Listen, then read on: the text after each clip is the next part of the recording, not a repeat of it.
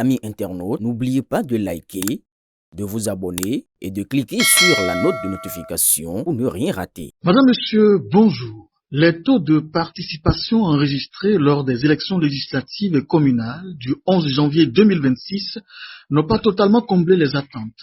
À quelques semaines de la présidentielle du 12 avril 2026, plusieurs acteurs politiques et de la société civile se sont lancés dans une campagne de sensibilisation des populations sur l'importance du vote. Parmi eux figure le ministre conseiller à la Défense et à la Sécurité auprès du président de la République, Rachidi Gbadamassi. Il nous en parle dans cette nouvelle interview qu'il nous accorde. Bonjour, monsieur le ministre conseiller Rachidi Gbadamassi, et merci de répondre à nos préoccupations. C'est moi qui vous remercie, cher ami journaliste. Monsieur le ministre conseiller, quel est, selon vous, l'intérêt pour les populations d'aller voter? Monsieur le journaliste, je veux surtout attirer l'attention des Béninoises et des Béninois, ce qui peut freiner dangereusement le développement des 77 communes, de nos villages, de nos hameaux. C'est de fait de dire tout est gagné d'avance. Que je vote ou pas, Ouaddaï est déjà élu. C'est un piège. Parce que nous sommes à l'heure de la concurrence positive. Chaque commune doit se repositionner. Et pour se repositionner, ça dépend du taux de participation. Alors, chers amis journalistes, pour revenir maintenant à votre question, l'intérêt du vote aujourd'hui au Bénin repose sur plusieurs réalités à prendre en compte ou des évidences à admettre. La plus frappante, je dis la plus frappante des réalités, la réalité indéniable, indiscutable, c'est la compétition politique, la concurrence positive, ou si vous voulez, la concurrence politique permanente entre les différentes communes d'une part et entre les différentes régions de notre pays d'autre part. Chers amis journalistes, les populations doivent même se challenger en ce qui concerne la participation à l'élection présidentielle. Parce que la communauté qui aura voté massivement pour le président de la République élu, avec un très fort taux de participation, retient toujours l'attention du chef de l'État plus que les autres. Je parle en connaissance de cause.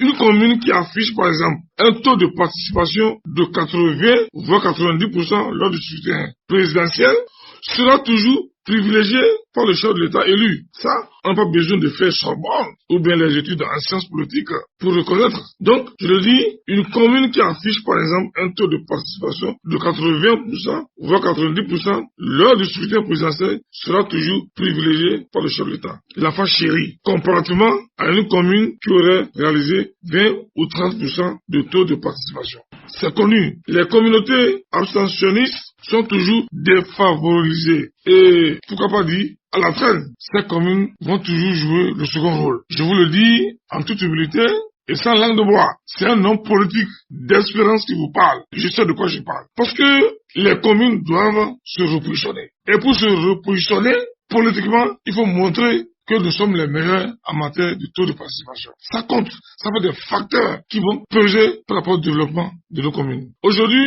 la concurrence est davantage forte entre les communes qui veulent tous des investissements du gouvernement en matière de réalisation d'infrastructures. Chers amis journalistes, il y a 77 communes au Bénin. Sur les 77, ce sont 22 communes qui ont pu bénéficier des stades sous le président Patrice Talon. Le prochain président de la République aura aussi à choisir des communes pour la poursuite de la construction des stades. Pensez-vous qu'au moment de sélectionner les communes bénéficiaires pour la prochaine phase, le prochain président de la République ira choisir les communes où le taux de participation est faible? Non, pas du tout. Ce sont les communes qui se seraient illustrées par un très fort taux de participation qui seront priorisées. Parce que le président de la République a son programme, a aussi des priorités. C'est clair et net, c'est la vérité. Le président Patrice Talon a pu construire 36 marchés urbains et régionaux. Tous les 67 communes n'ont pas encore eu le marché. Ils continuent pas à réclamer. Dans la poursuite du programme de construction des marchés modernes, par le prochain président de la République, son cœur battra d'abord pour les communes où les populations auront voté massivement le 12 avril prochain. Ensuite, aucun chef d'État ne laissera de côté les départements qui votent massivement pour aller concentrer les projets et comment dirais-je, les investissements dans des départements qui boycottent le vote. C'est la réalité fondamentale qui fonde l'intérêt du vote au Bénin. Et je demande à tous nos compatriotes de se battre pour que leurs communes soient les mieux classées en termes de taux de participation à la prochaine élection présidentielle. Avec des chiffres face auxquels le président élu ne peut résister. Chaque communauté doit imposer son amour au prochain président de la République par le taux de participation pour bénéficier de tout ce dont elle a besoin. En plus, chers amis journalistes, cette réalité qui crève l'œil que je viens de décrire, il y a des évidences. D'abord, au Bénin, désormais un vote a plus de valeur que par le passé. Avant, on se rendait aux urnes pour accorder un mandat de 5 ans. Je dis de 5 ans. Désormais, le mandat est de 7 ans. 7 ans pour errer. C'est-à-dire, quand un citoyen ne vote pas, il va devoir attendre 7 ans pour avoir une nouvelle occasion de le faire. Ensuite, il faut voter pour avoir la légitimité de contrôler. Il est important d'aller voter pour que, durant tous les centennats du prochain président de la République, l'on puisse avoir la légitimité de contrôler, surveiller et assurer la vie citoyenne. Quelqu'un qui ne vote pas n'est pas un citoyen exemplaire. Et personne ne l'écouterait, ni ne le prendrait au sérieux quand il voudra faire, un contrôle citoyen de la gouvernance publique. Donc, faut pas être un paresseux. Un paresseux politique est disqualifié pour faire la morale à un gouvernement ou pour faire quelques revendications que ce soit. Donc, pendant la campagne électorale, les populations soumettent des préoccupations diverses aux candidats, qu'il s'agisse des besoins en eau potable, en électricité, en infrastructure routière, sanitaire, éducative, marchande et sportive. Tout le monde veut avoir des stades, des marchés et des routes. Il faut aller voter pour être plus légitime à rappeler au président de la République élu ses engagements et sa promesse. C'est le moment de faire prendre l'engagement au candidat qui va devenir le président de la République. C'est le moment de dire au président de la République, nous avons voté pour toi, il te revient de nous retourner l'ascenseur. C'est de ça qu'il s'agit. Enfin, il faut voter pour faire partie de la bonne histoire. Chaque vote est historique. Surtout quand il s'agit de l'élection présidentielle. Il y a toujours une fierté à dire à l'heure de bilan glorieux, telle commune est la dernière. J'ai accordé mon suffrage au président de la République dont les actions ont propulsé le développement du pays. Donc, en réalité, les communes cherchent à se repositionner. Je donne par exemple le cas de Parakou. Parakou est en concurrence avec Cotonou, Porto-Novo. Parakou doit se repositionner. Parakou ne doit pas jouer le second rôle. Je parle, l'exemple, le cas de la route Parakou-Kika-Kabo, qui a tué des centaines de personnes. Une route économique qui est dans un état impraticable, dégradé. C'est le moment pour Parakou de sortir massivement et de voter pour le candidat. Demain, Parakou pourra exploiter son taux de participation. Parakou attend présentement la construction de son hôtel de ville. Porto-Novo a démarré, Cotonou a démarré. Donc, c'est pourquoi je dis, chaque ville doit se repositionner. Nous sommes à l'heure de la concurrence. Et seule la politique de développement peut développer les communes. Parce qu'on nous a appris à l'école que la politique, c'est l'art de développer et de gérer la cité. Alors quand vous ne sortez pas pour exprimer vos choix, alors comprenez avec nous que vous allez jouer le second rôle. Je parle du cas de Parakou parce que c'est la ville que je maîtrise mieux. Le Costa ne veut plus être une seconde ville. Abomey aussi. Donc tout le monde veut se positionner. Tout le monde veut faire la promotion des cadres, les jeunes emplois. Donc, vous comprenez avec nous que j'exhorte les populations du Bénin à sortir massivement pour accomplir leur devoir civique.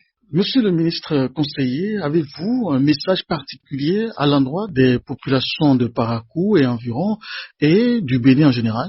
Je veux parler au peuple béninois et aux populations de la partie septentrionale. Je veux leur parler sans langue de bois, sans hypocrisie, surtout aux chefs quartiers. Vous savez, aujourd'hui, c'est le parti majoritaire, conformément au code électoral, qui nomme les chefs quartiers. À Parakou, par exemple, tous les chefs quartiers seront du parti majoritaire. Il y a 58 quartiers. Donc, nous allons évaluer après le vote. Le quartier qui va donner plus en matière de taux de participation, je pense que ce quartier-là sera le quartier le plus développé. Et ce que je dis à Parakou, je le dis à tous les quartiers du Bénin. Parce que il ne faut pas récompenser l'incompétence politique.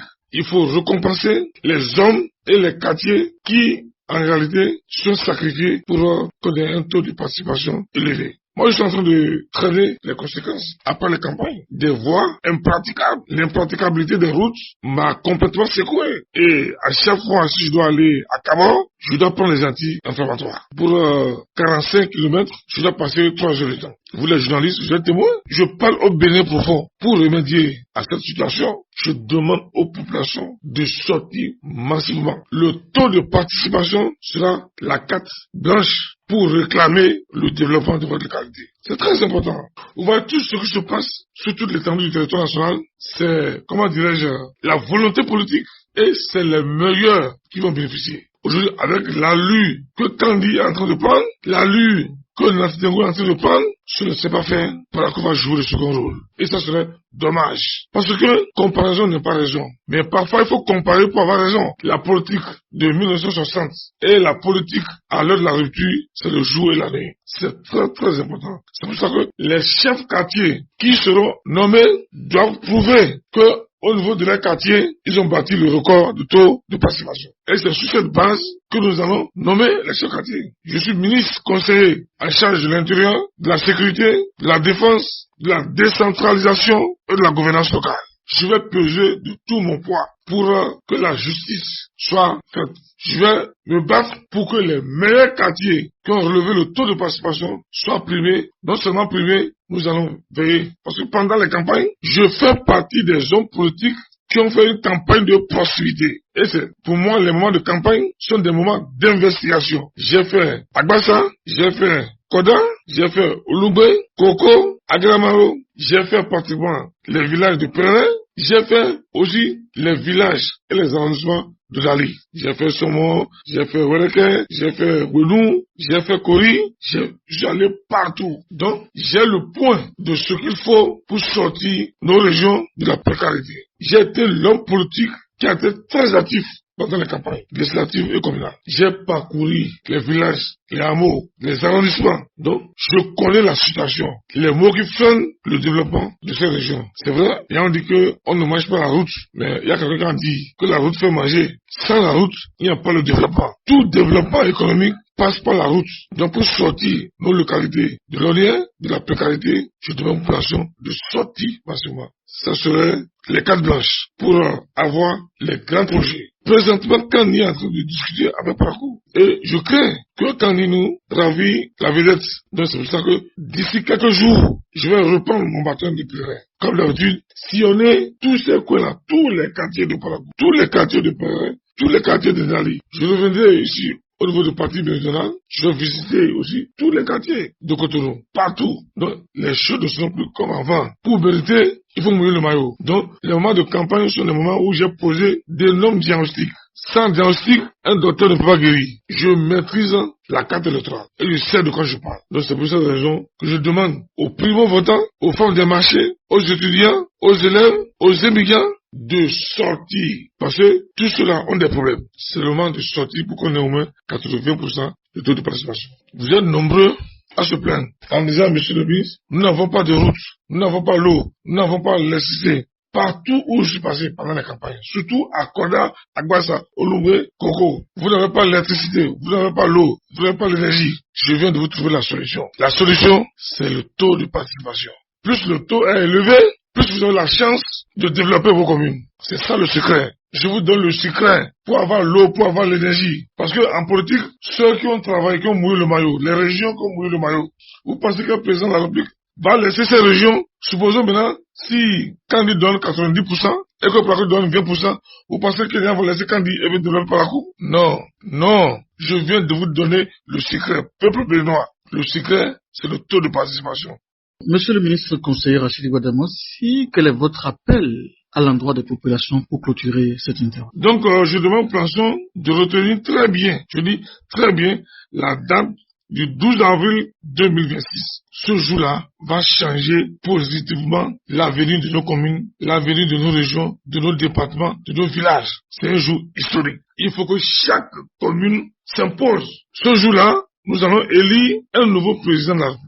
Qu'elle sorte massivement et tôt pour aller faire le choix. Qu'on ne dise pas, non, il faut d'abord aller au champ, nous avons tout le temps. Non, time is money. Le temps joue à notre défaveur. Donc elles sortent massivement pour accomplir leur devoir suivi. Elles auront l'occasion entre le 27 mars et le 10 avril, période de la campagne électorale, d'aller à la rencontre des candidats pour leur parler de vive voix, exposer leurs besoins. C'est le temps de réduction de comptes.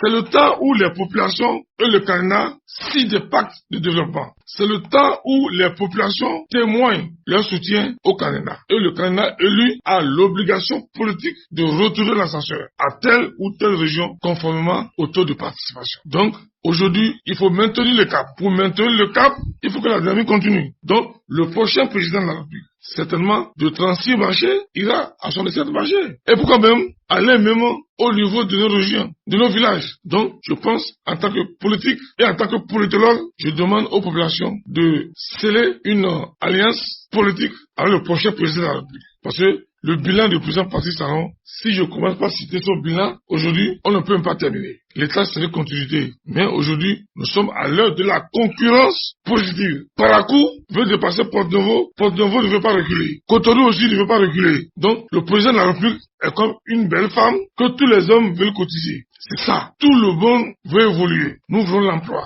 Nous voulons les hôpitaux. Nous voulons les écoles. Nous voulons les cantines scolaires. Tout ça là, il faut voter. Mais si vous ne votez pas, si vous ne sortez pas pour témoigner l'amour que vous avez pour votre région et que vous pensez que je vote ou pas, ou d'ailleurs déjà élu, vous vous trompez. Ce vote est un vote de développement. Le vote du 12 avril, chaque commune doit jouer sa partition. Chaque commune doit prendre son destin en main. Si vous ratez le taux de participation dans vos communes ou dans vos régions, dans votre village, pendant 7 ans, je dis pendant 7 ans, personne ne parlera de vous. Je ne vais pas revenir sur les thèmes d'un savant qui disait « Et si telle commune refusait son propre développement ?» Je pense que les populations ne sont pas là pour régresser, parce que qui n'avance pas recule. Donc, je demande à tout le peuple béninois de sortir massivement pour qu'au moins, à l'heure du bilan, qu'on soit au moins à un taux de 90%. C'est possible. L'impossible n'est pas béninois. L'impossible n'est pas béninois. Donc, aujourd'hui, nous remercions les populations et dans les jours à venir, en tant que ministre conseiller, nous allons descendre pour parler aux populations, parce que ne pas le faire fera peu de l'irresponsabilité politique. On doit trahir notre mission, parce que c'est aussi le rôle du ministre conseiller. C'est vrai, ce n'est pas une concurrence avec les autres, mais nous avons l'obligation de mettre la lumière, non seulement sur les questions de développement,